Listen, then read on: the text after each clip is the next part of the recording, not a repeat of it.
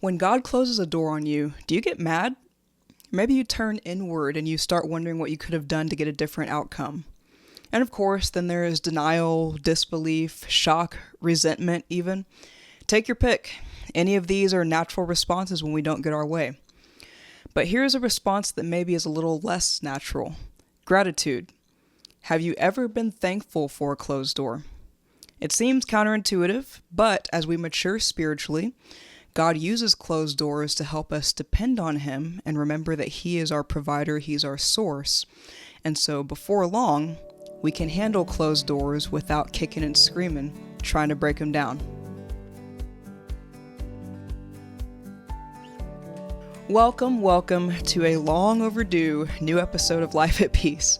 You guys, I've been out here just living. 2024 has been an amazing year, and we're just past the halfway point for two main reasons. The first is that I graduated in May with my master's degree in business.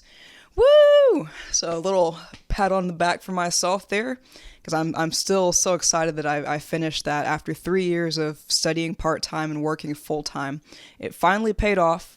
Got to celebrate with my immediate family and some dear friends of mine. And just 2 days after graduation, I went to Europe for my MBA trip. So I finished with it was my master's degree in business. So 17 of us from my class flew out to the UK. That was my first time in Europe. And so I just, I soaked everything in. I couldn't believe I was there. We were in Edinburgh, Scotland, and London, England, specifically, those two countries. So we split our time in both places. We were there in total, I believe, for 11 days.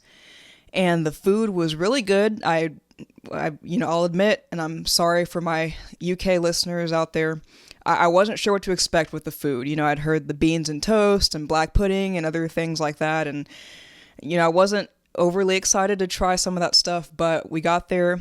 I was pleasantly surprised by the food, thought it was delicious, and I definitely plan to be back. That was my first trip where I was in a time zone that was 6 hours ahead. That's the furthest away I've traveled before, so lots of great memories, lots of pictures that I'm still sorting through and have not yet uploaded to social media because I'm just kind of slow with those things, but I will get around to it. Two really big things that have happened this year so far, and then I have a third one. It involves some news that I received. And before I get into that, I'm going to tell you guys a little bit about just setting this up for y'all. So at my church, at the beginning of every year, we set up vision walls around the building.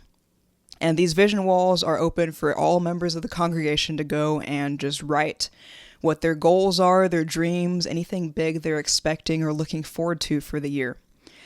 So my family, after the first service of the year back in January, we, after service, went to one of these vision walls and we all took turns writing what we want to accomplish for the year. And so one of those things was to get accepted into a PhD program. So if you guys remember, I told y'all a little while back that I had applied to a PhD program to study organizational behavior. This seemed like a natural next step in my career, in my education. I was excited about it. I had prayed about it, thought about it, been dreaming about it for a while. And so I took this step of faith and just went ahead and applied. And that was back at the end of December. So applications for the PhD programs open in August every year, and then they close in around early December or mid-December, depending on the program. So I submitted my application on December 15th, and then it was just a waiting game. So by the time we got to the vision walls in January, not much time had passed. And so I was very hopeful for the PhD, was writing that and really looking forward to it. Okay, so then usually, as I found out, people will get their PhD admission decisions anywhere from January to April. So it's a very big window that you don't know if you're going to hear at the beginning of that window or at the end of it. And so my coworkers, they all knew that I had applied and they were cheering for me and wanting to hear updates. So they would keep asking me if I'd heard anything. No. January passed, February came and went. Then we got to March and I was hoping that maybe I'd hear something before spring break. That didn't happen, so spring break came and went, and then we got to the end of March. And then here comes April 1st. So by April 1st, of course, I'm very antsy and wondering what's going on with the updates. And then I have other coworkers that are coming and saying, hey, you heard anything yet? It's April. I'm like, I know, but still nothing. And then 2 weeks later, we get to April 15th. So this was a magical date because usually for PhD programs, this is when schools, a lot of schools anyways, they plan to notify their applicants. So if you don't hear anything else during the rest of the cycle, you can pretty much count on April 15th being the day. So I had been looking forward to it, anticipating. I'm like, okay, we're here. This has got to be it. And the whole day, April 15th, so I got to work in the morning. I was all like, in high spirits, being like, okay, any minute now. I was refreshing my email, constantly checking. Lunch came. I'm like, okay, well, it's lunchtime. I'll give it maybe till early afternoon. People are taking their lunch break, maybe out of the office. So lunch passed. Early afternoon came, 2 o'clock, 2:30, 3 o'clock. I'm like, okay, nothing yet. All right. And then the day ended. Work day was over. Time to go home. And I thought it was really strange that I didn't hear anything yet. But I thought, well, maybe April 15th is just kind of their, just something that they tell people just so that they can give themselves some room, and maybe they got delayed or some decisions took longer to reach. So no big deal. I'll check back tomorrow. So then April 16th comes, and this is the beginning of the week. This is a Tuesday now. And I waited until maybe about late morning of April 16th and still didn't hear anything.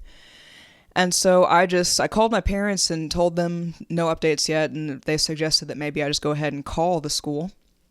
And I thought, okay, maybe not a bad idea. They said April 15th, and it's that passed, so let's see what's going on. So I went ahead and, first, actually, I emailed because I was a little nervous about calling directly. So I emailed the lady in charge of admissions just to let her know my application number, and I was waiting to hear back. So it was a polite little email. But then a couple hours later, I thought, okay, let's just go ahead and call. So I called, and this time I got a hold of her directly. And she told me, I explained to her, hey, I'm just waiting to hear back about my application for the organizational behavior program.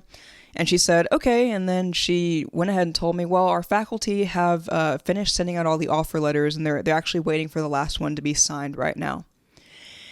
So that's how I found out that I did not get into this particular PhD program. I will also add that this is the only program I had applied to, which in the academic world, some would consider a no-no just because you want to expand your chances of getting in somewhere. However, I looked at it a little bit differently because I didn't want to just throw out applications. I wanted to go someplace that really was aligned with what I wanted to study. And so I didn't want to waste a bunch of money on applications just so that I could say I got into a program somewhere. So that was the only program I had applied to. I poured a lot of energy and effort into the application, got some help from my faculty members. So during that call is when I found out that I had not been accepted into the program. Now, my initial response wasn't what I thought it would be. I just said, okay, and I thanked her and ended the call. And then I immediately called my parents just to let them know what I'd heard. And they were, saying, oh, we're so sorry, Sydney, we know that you wanted this. And they just encouraged me gently that it's okay. God has, other plans for you at this time. And eventually I, let other people know. I let my friends know, my coworkers. And so just gradually I shared the news, and people were just saying, what? I'm so sorry. And there were people that were really rooting for me. They were like, man, what do I need to do to get these people to change their minds? Kind of half jokingly, And my initial response was it was kind of, yes, I was disappointed, but it was very surface level disappointment. Because it was mixed emotions, because I knew that for one, no matter what the decision was, I knew that I was still going to graduate with my master's degree. Okay, so this was back in April. I hadn't graduated yet. So I knew that I was graduating in a few weeks, and I really couldn't be too bummed about the PhD decision because I was still going to finish my master's, and really now I knew I would be done with school for the time being. So that was something worth celebrating. And then Secondly, I was just really disappointed with how I found out. I was expecting a formal letter or an email or something, and I had to call them to find out after the date that I was expecting to hear from them. And it was just, the whole thing just played out kind of strange to me. Also, I thought, well, if it was a rejection, why wasn't I notified earlier in the process? I waited from December 15th all the way to April 16th to hear, just to hear that I was not accepted. And so that really didn't sit well with me. I'm like, I would have rather just known back in February, if it was going to be a no.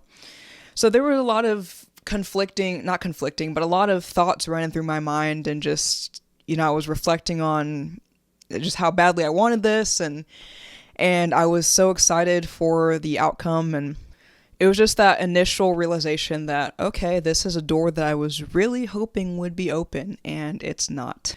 It wasn't until a little while later, maybe a few weeks later, that I allowed myself to really soak in the disappointment.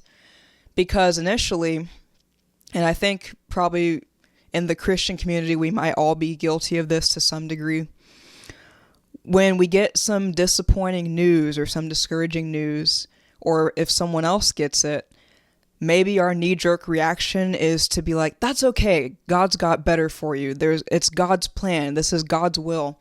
And we try to Christianize the response right away without allowing ourselves or the other person to sit in the disappointment for a little bit.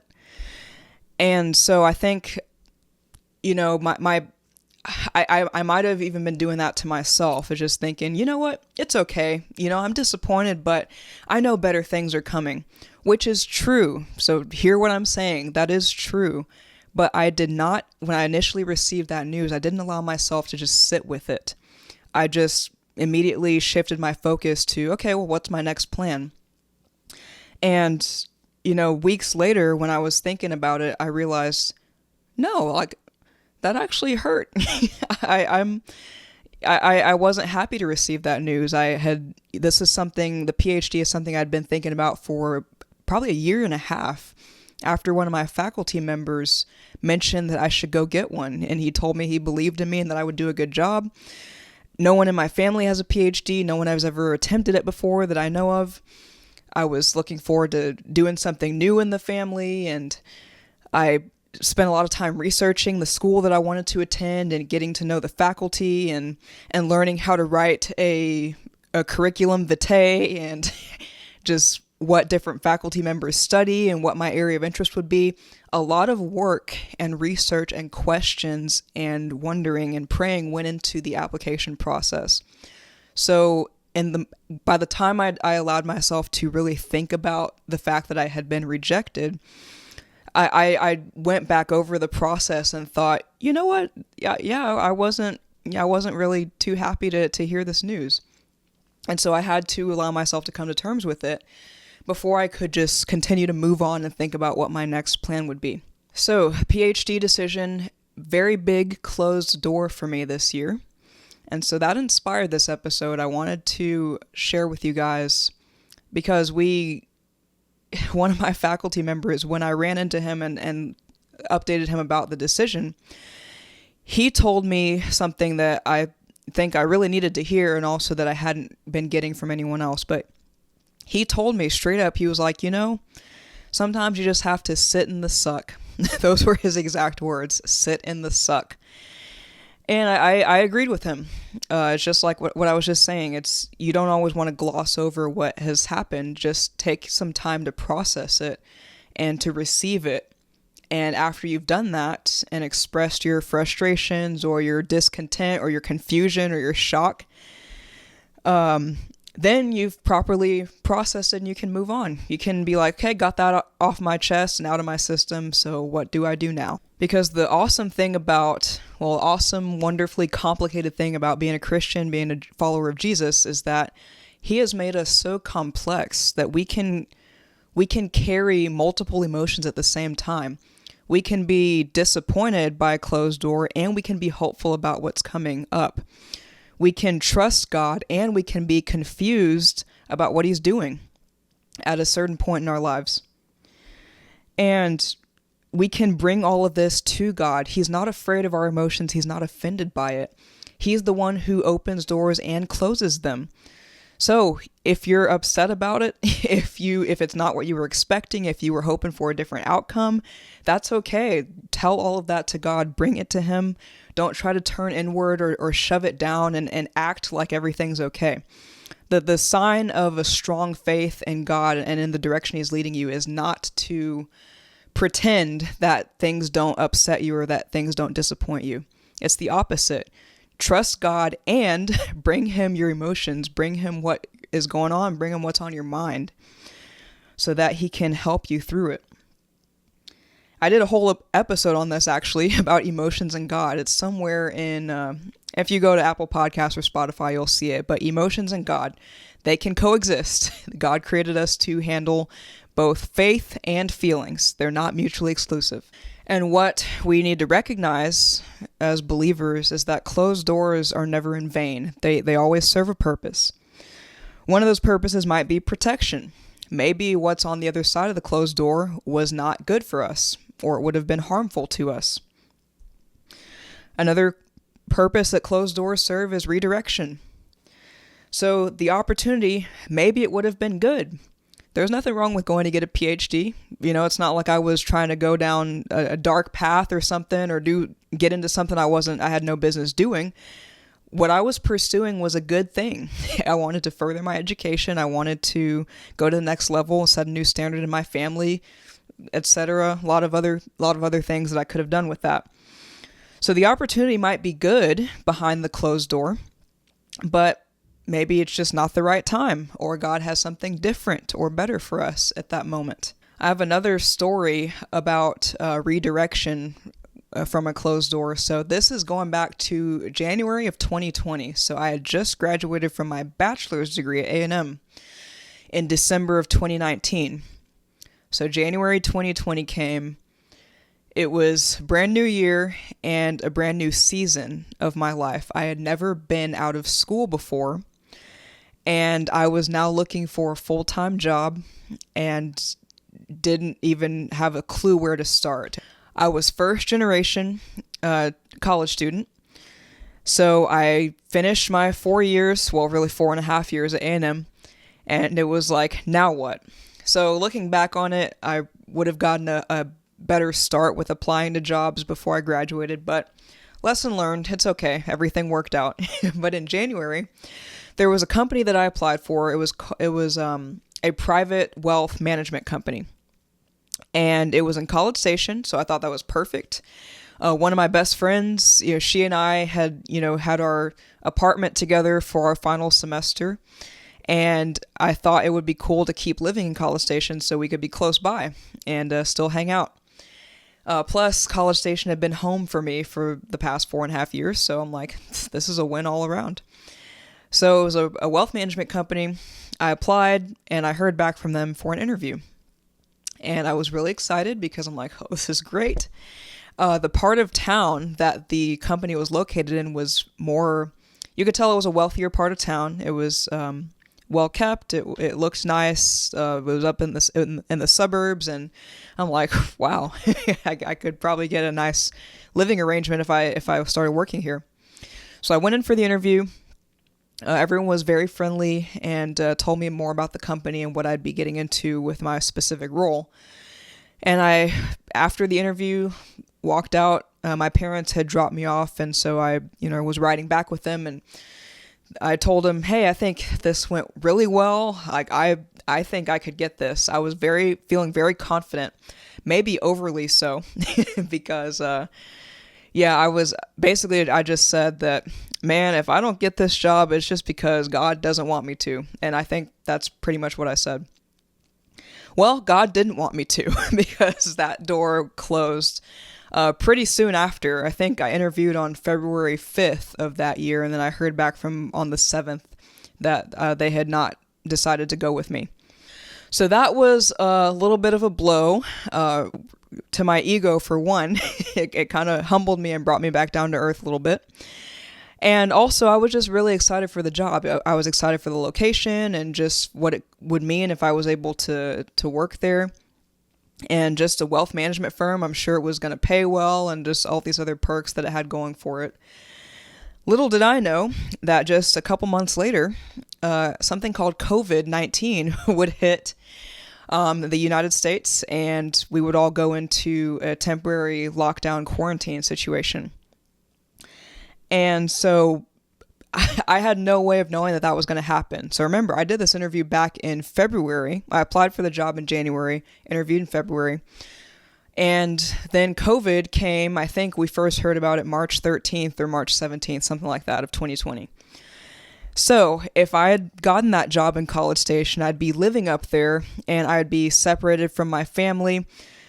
Family's in Houston, so it wouldn't have been a huge deal to drive back down. But if I'd been paying for my own place up in College Station, I probably would have had to keep paying while not living there, because I'm sure my family would have wanted me to be with them.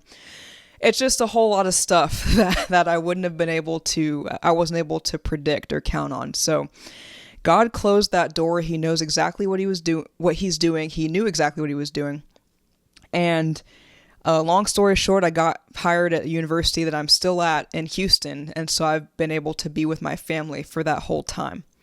So closed doors don't always mean that we're doing something wrong or that we're heading the wrong way. It could just be as simple as God has something else for us, or the timing is wrong and it's not supposed to happen yet. Now, I was talking to a coworker about this concept of no versus not yet, which is my next point, because that's sometimes, I know for speaking for myself, that's sometimes what I wonder when there's a closed door. I'm asking, God, is this a no, like a flat out no, this isn't going to happen, or a not yet, like the timing is wrong?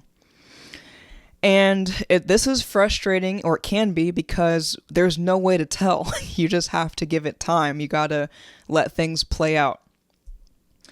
And this is really hard when it's a dream that we've had or something we've really been anticipating. So for me with the PhD decision, I don't know if that's a no, I'm not going to get a PhD, or I don't need one, or a not getting a PhD yet, or maybe in a couple years' time or 10 years down the road. There's no way to tell. And I have to be at peace with that. We all have to be at peace when the door closes, and not lose sleep over trying to figure out if it's a no or a not yet. Because trying to figure out what God is doing inevitably leads to more frustration. And a couple of hard truths that I wanted to share in this episode. Number one, for some closed doors, we'll never know the why. So that's the biggest question, right? When a door, it doesn't open for us, we're like, why not? What did I do wrong? What didn't I do? What could I have done to make this better? We're always asking why. But the hard truth is that we're not always going to know why. There is some beautiful moments in our lives that happen when God, sometime down the road, he reveals to us why a door was closed, and there's that whole moment. Sometimes God does that, but he's not obligated to. He doesn't owe us that. There's other times when he chooses not to do that. The door just closes, maybe slams, and we just never know why. It's just, all we can do is speculate, and that's not always, sometimes we might feel like that doesn't bring us a sense of closure about the situation that was not opened to us, but again, God does not owe us an explanation. That's hard truth number 2, is that God doesn't owe us an explanation. He's sovereign, though, and his sovereignty means that he is the highest, most ultimate power and authority. No one has, he has the final say, and no one can override that. No one can go over his head. No one can go against what he declares and what he purposes to do. And if you take God's sovereignty plus the fact that he has our best interests at heart, that's a beautiful, miraculous truth that we just need to remind ourselves of when we run up against a closed door. God is the ultimate authority, he's the highest authority, and he loves us so much that he only wants good for us. He only has our best interests at heart. No one else wants us to succeed more than our Creator does.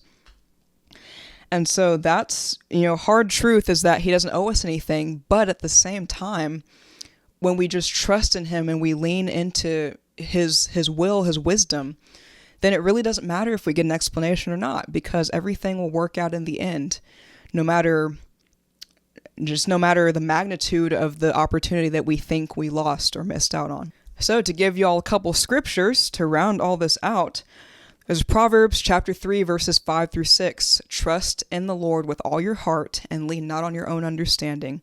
In all your ways acknowledge him, and he'll direct your paths. Some translations say that he'll make your path straight. So we can rest on this and meditate on the scripture, knowing that as long as we submit to God, we put him first, we include him in our decisions, we ask him for counsel and guidance, and we honor him with our lives and with the way we treat others. We do all these things because we love him, not because we're trying to get a favor from him. But as long as we keep God first and seek first the kingdom, as Jesus says in Matthew, then we don't have to worry about what our next steps are. God will take care of it. He will direct our paths and get us to where we're supposed to go. Another scripture I want to leave you guys with is Psalm 84:11. So this one, since I'm doing this from memory because I don't have my Bible with me right now, there is part of it, I believe it's the second half, that says, "No good thing does God withhold from those who walk uprightly." Another translation says, "From those whose walk is blameless." This does not mean that we're perfect. Again, it means that we commit our lives and our works to the Lord, and we let him establish our paths, and he will get us, he won't withhold anything from us that he wants us to have. It says, "No good thing will he withhold." So if a door is closed and we think we're missing out on something, or we think that we lost our chance, or that God's punishing us for some reason, that's not true. That's not his heart for us. That's not his will. No good thing does he withhold from those who walk uprightly. So you can rest assured that anything good that has your name on it, that God has been preparing for you, you will get it. You will get it when it is time for that to happen. And then the last one I want to leave y'all with is Psalm 46. So this is a longer passage, but the key part of it that I want to hone in on is it says, "Be still and know that I am God." And I bring this one up because sometimes when a door closes, we want to make a hasty decision to get back on track to where we think we're supposed to be.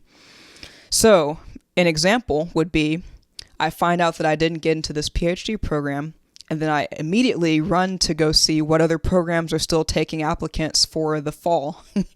And I go try to apply for those.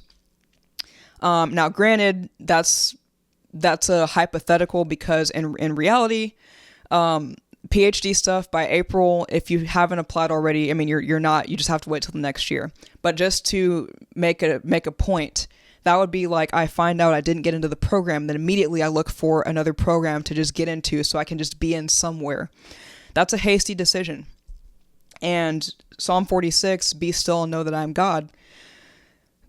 Probably the best thing that we can do when we have a door closed on us is pray, first of all, sit in your feelings, acknowledge how you're feeling about the whole situation, and then bring it to God, pray, and then wait for his direction. And don't try to do something in a hurry that might not be at all what you were supposed to do or where you're supposed to go. So hasty decisions are probably the worst way you can combat a closed door. So yeah, Proverbs, again, that's Proverbs 3, verses 5 through 6, Psalm 84:11, and Psalm 46. I challenge you guys to go and check out those scriptures. They've been a real big help to me as I have just this summer wondered what my next step should be, and when am I reapplying to a PhD program? Is that going to be on the back burner for now? A bunch of questions I've had, but I'm just learning to trust God through all of it. And that about does it for this episode. So I thank you guys so much. And again, you can follow me on social media. I'm on TikTok, Instagram, Facebook, and YouTube. So please share this episode with anyone in your circle who might need some encouragement or just a little nudge, to try something different if they've, if a door hasn't been open that they've been looking forward to. And God's got y'all. He's got us. He's always looking out for his children, and Just to repeat it, because I never get tired of the scripture, no good thing does God withhold from those who walk uprightly. Y'all take care. I'll catch you in the next episode. Peace.